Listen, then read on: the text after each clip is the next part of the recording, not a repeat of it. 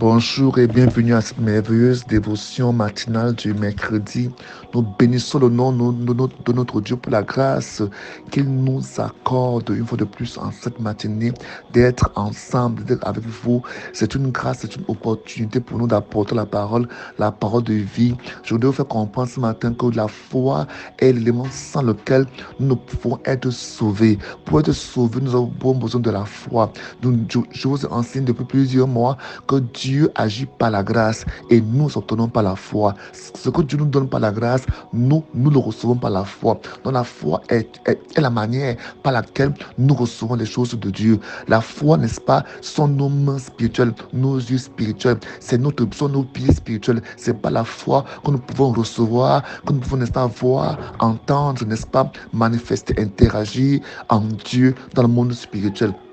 Donc, il est donc important de comprendre que lorsque nous venons à Christ, Dieu s'assure de nous donner quoi? La semence de la foi. La semence de la foi, comme l'a dit Jésus, est exactement comme une toute petite graine, est exactement comme la plus petite des graines. Mais quand elle a grandi, elle est le plus grand arbre de toute la forêt, de toute l'humanité. C'est ça la foi. La foi doit grandir au point de devenir géante, au point de devenir puissante, élevée et forte. La Bible dit que la plante a grandi au point de détendre ses branches dans le ciel, au point où tous les oiseaux viennent s'y cacher pour, n'est-ce pas, se reposer. C'est ainsi que Dieu veut que ta foi grandisse. Dieu veut que ta foi grandisse et qu'elle atteigne la maturité. Dans Matthieu chapitre 13, la Bible nous montre, n'est-ce pas, les 4 types de terre. On a vu, n'est-ce pas, le terrain, n'est-ce pas, sur lequel la semence est versée au bord de la route, puis sur le sol rocailleux,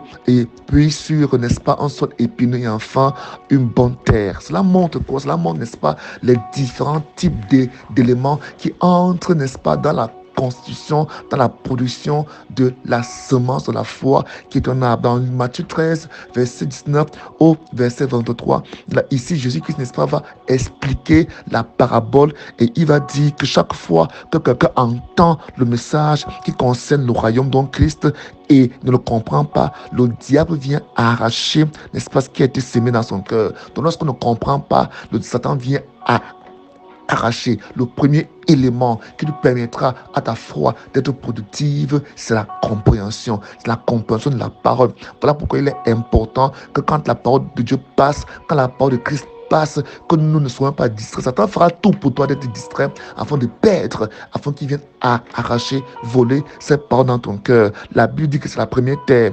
La deuxième terre, n'est-ce pas, est celle, n'est-ce pas, des gens qui ont reçu la parole sur une terre rocailleuse. La Bible dit que, puis, ces personnes-là sont des gens qui acceptent la parole aussitôt, avec joie, avec émotion, mais ne la laissent pas prendre racine en eux car ils sont inconstants. Donc le deuxième élément pour permettre à la foi, de la semence de foi de grandir, c'est que nous devons être constants, nous devons être persévérants dans la foi. Ça, c'est le deuxième élément. J'ai dit le premier élément, c'est la compréhension. Le deuxième élément, c'est la persistance, la constance dans notre foi, donc éviter d'être inconstant. Le troisième élément qui nous permettra de produire, d'être productif, qui permettra à notre foi, à la semence de foi de grandir, de devenir un grand arbre. C'est toujours écrit dans Matthieu chapitre 13. La Bible déclare que, n'est-ce pas, une autre semence tombe parmi les ronces. C'est celui qui écoute la parole, mais en qui elle ne porte pas de fruits parce qu'elle est étouffée par les soucis de ce monde et par la très trompeur des richesses. Il s'agit ici des gens qui reçoivent la parole de Dieu, mais leurs cœurs sont remplis de quoi? De soucis, d'inquiétudes et de convoitise, donc de l'envie de posséder des richesses de la terre. Ces éléments permettent d'étouffer la parole et, n'est-ce pas, tuent la semence de foi et l'empêche, n'est-ce pas, d'atteindre son objectif, l'empêche, n'est-ce pas, d'être puissant, l'empêche d'atteindre la maturité. Ça, c'est le troisième aspect. Éviter, n'est-ce pas, de laisser que les soucis de la vie, les inquiétudes, les problèmes et la convoitise du monde et d'étouffer la parole de Dieu en toi, de la parole de Christ en toi. Le quatrième élément qui nous permet permettre, n'est-ce pas, d'être productif dans la foi. C'est dans Matthieu 13, 23. Il dit, un autre enfant a reçu et a écouté la parole de Dieu et il la comprend. Pas seulement il la comprend, mais il est persévérant, il est constant. Il n'est pas seulement constant, mais il évite que son cœur soit rempli. Il évite que son cœur soit étouffé par les soucis, les inquiétudes et les convoitises. La Bible dit que si tu as des soucis, des inquiétudes, déverse-toi devant le Seigneur. Ça c'est Philippiens 4, verset 6. Déversez-vous sur lui de tous vos soucis, de tous vos inquiétudes, et la paix de Dieu qui surpasse toute intelligence humaine gardera vos cœurs et vos pensées en Jésus-Christ. C'est ce qui est écrit. Donc il faut être, n'est-ce pas, un homme de prière, déverser tes soucis, non pas les laisser prendre ton cœur, non pas les laisser inonder ton cœur, parce que les soucis, il y en aura toujours. Les problèmes, il y en aura toujours. Les difficultés, il y en aura toujours.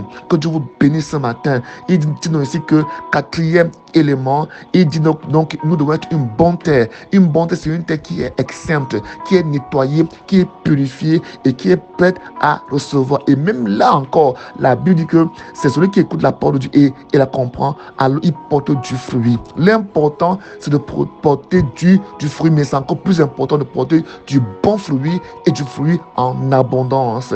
Il dit donc ici chez l'un, un grand en rapporte 100, un autre 60 et un autre 30.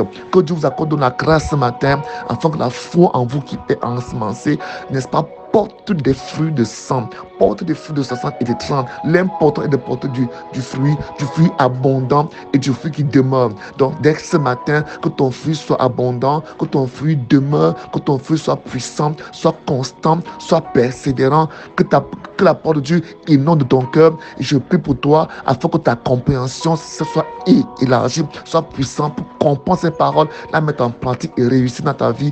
Merci, Père, pour ta grâce dans leur vie. Au nom de Jésus-Christ de Nazareth. Amen. Que Dieu bénisse. Amen.